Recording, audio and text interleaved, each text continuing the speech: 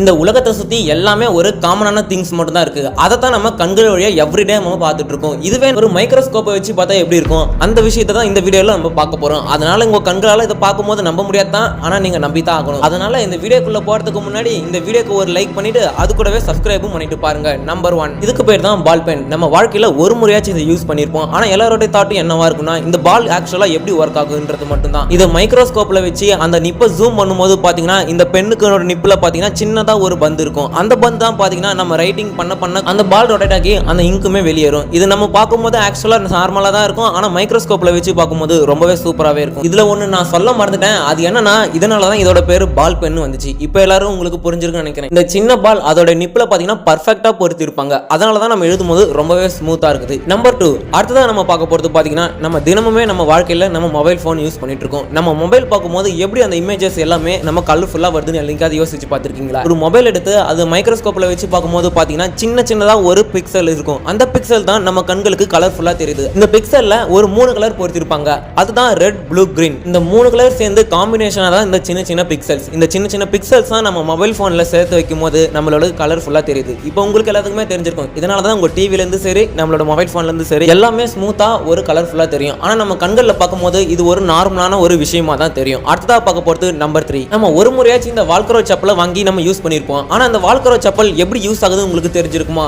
அது நம்ம இந்த வீடியோல நம்ம பார்க்கலாம். ஆக்சுவலா பாத்தீங்கன்னா அந்த செப்பலோட பெல்ட் எப்படி ஒர்க் ஆகுதுன்னு நான் உங்களுக்கு சொல்றேன். அதை மைக்ரோஸ்கோப்ல வச்சு பார்க்கும்போது சின்னதா பார்க்க முடி போல இருக்கும். அதுதான் அந்த ஊக்ஸை நல்ல கிரிப்பா பிடிச்சிக்குது. இப்போ உங்களுக்கு தெரிஞ்சிருக்கும்னு நினைக்கிறேன். அந்த பெல்ட் நீங்க மாட்டி போடும்போது எதனால கிரிப்பா பிடிக்குது. ஆனா அந்த பெல்ட் பிடிச்சி மாட்டும் போது எனக்கு ரொம்பவே சாட்டிஸ்ஃபைங்கா இருக்கும். ஆனா அது உங்களுக்கு எப்படி இருக்கும்னு தெரியல. அதனால மறக்காம கமெண்ட் பாக்ஸ்லயும் சொல்லிட்டு போங்க. அடுத்ததா நம்ம பார்க்க போறது நம்பர் 4. இது வரைக்கும் நம்ம மயிலோட இறகை வச்சு யாருமே பார்த்துருக்க மாட்டாங்க. எல்லாரோட தாட் என்னவா இருக்குன்னா, மயிலோட இறகை எப்படி மைக்ரோஸ்கோப்ல வச்சு பார்க்க முடியும்னு கேட்பாங்க தான். ஆனா மைக்ரோஸ்கோப்ல வச்சு பார்த்தா அது ஒரு சூப்பரான பேட்டர்ன்ல வச்சு பார்க்க முடியும். இது எப்படி இருக்கும்னு பாத்தீங்கன்னா, ஒரு காம்ப்ளெக்ஸ் ஸ்ட்ரக்சர்ல இருக்கும். அது எந்த மாதிரியான ஒரு டிஃபரெண்ட் கலர் இருக்குன்னா, ஷைனி ப்ளூ, கிரீன் கலர், அப்புறம் கோல்டன் சாண்ட்ஸ். இது ஒரு மாஸ்டர் ஆஃப் ஒரு ஆர்ட்னு கூட சொல்லலாம். இதனால தான் எல்லாருக்குமே அந்த மயிலோட இறகு ரொம்பவே பிடிக்குது. அடுத்ததான் நம்ம பார்க்க போறது நம்பர் 5. இதுவே ஒரு மணல் நம்ம மைக்ரோஸ்கோப்ல வச்சு பார்த்தா எப்படி இருக்கும். ஆனா நம்ம பார்க்கிறதுக்கு அந்த மணல் நார்மலா தான் தெரியும். ஆனா அதுவே மைக்ரோஸ்கோப்ல வச்சு பார்த்தா அது ஒரு டிஃபரெண்ட் உலகம் கூட சொல்லலாம். ஏன்னா எவ்ரி பார்ட்டிகல் ஒரு டிஃபரெண்ட் ஸ்ட்ரக்சர்ல இருக்கும். இதை பார்க்கும்போது எனக்கு ரொம்பவே இன்ட்ரெஸ்டிங்கா இருக்குது. இது உங்களுக்கு எப்படி இருக்குன்னு தெரியல. ஆனா இந்த மணல்ல இருக்கக்கூடிய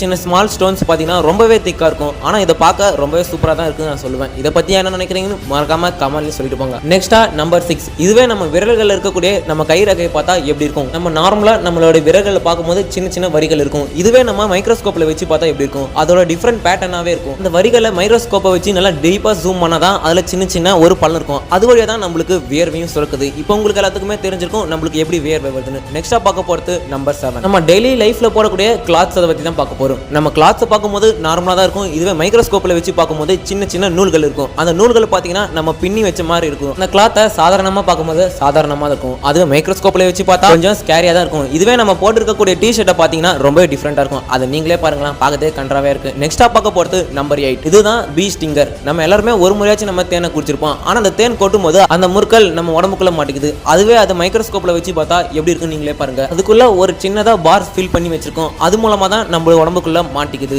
அடுத்ததான் நம்ம பார்க்க போறது நம்பர் 9. நம்ம எல்லாத்துக்குமே தெரியும் நம்ம ஸ்பைடர் வெப் எப்படி இருக்குன்னு. அதை நம்ம கண்கள்ல நார்மலா பார்க்கும்போதே ரொம்பவே ஸ்ட்ராங்கா திக்கா ஒட்டி வச்சிருக்கோம். இதுவே மைக்ரோஸ்கோப்ல பார்த்தா எப்படி இருக்குன்னு நீங்களே பாருங்க. ஒரு டிஃபரெண்டா ஒரு நூல் மாதிரி கொச்சன்னு இருக்கு. ஆனா இதோட ஸ்ட்ரக்சர் டீடைல் பார்க்கும்போது ரொம்பவே இன்ட்ரெஸ்டிங்கா இருக்கும். ஆனா நான் ஒரு ஸ்பைடர்மேன் ஃபேன் தான் சொல்லுவேன். அடுத்ததான் நம்ம பார்க்க போறது நம்பர் 10. இதுதான் சுகர் கிறிஸ்டல். அதாங்க சக்கரை கட்டி. அந்த சக்கரை கட்டியை நம்ம மைக்ரோஸ்கோப்ல வச்சு பார்க்கும்போது ரொம்பவே வானவில் கலர்ல ஒரு ஷைனிங்கா இருக்குது. ஆனா இதோட ஸ்ட்ரக்சர் எப்படி பார்க்க இருக்குன்னா ஜாமெட்ரிக்கல் கியூப் ஷேப்ல இருக்குது. இதுவே நம்ம உப்பை பாத்தீங்கன்னா அதை விட வித்தியாசமா இருக்கும். இந்த சால்ட் கிறிஸ்டல் மைக்ரோஸ்கோப்ல வச்சு பார்த்தா எப்படி இருக்குன்னு நீங்களே பாருங்க. ஏதோ ஒரு கிரேசியா ஒரு சம்திங் லுக் லைக் வித்தியாசமா தான் இருக்குது. அடுத்ததா நம்ம காஃபி கிறிஸ்டலை பார்க்கலாம். இது மைக்ரோஸ்கோப்ல பார்த்து நானே ஷாக் ஆயிட்டேன். ஏன்னா அதை பாருங்க தங்கத்துல ஜொலிக்குது. பார்க்கறதுக்கே ரொம்பவே சூப்பராகவும் இருக்கு, அமேசிங்காகவும் இருக்கு. நான் ஒரு உண்மையை சொல்லணும்னா டீ விட எனக்கு ரொம்பவே காஃபி தான் ரொம்பவே பிடிக்கும். அடுத்ததா நம்ம பார்க்க போறது நம்பர் 11. ஒருவேளை இலைகளை மைக்ரோஸ்கோப்ல வச்சு பார்த்தா எப்படி இருக்கும். ஒரு இலையை மைக்ரோஸ்கோப்ல வச்சு பார்த்தா அது நல்லாவே ஜூம் பண்ணும்போது சின்ன குழிகள் இருக்கும். அந்த சின்ன குழிகள் எதுக்குன்னு பாத்தீங்கன்னா பிளான்ட் அதோட மூச்சு இழுத்து விடுறதுக்காக தான். சன்லைட் வரும்போது பாத்தீங்கன்னா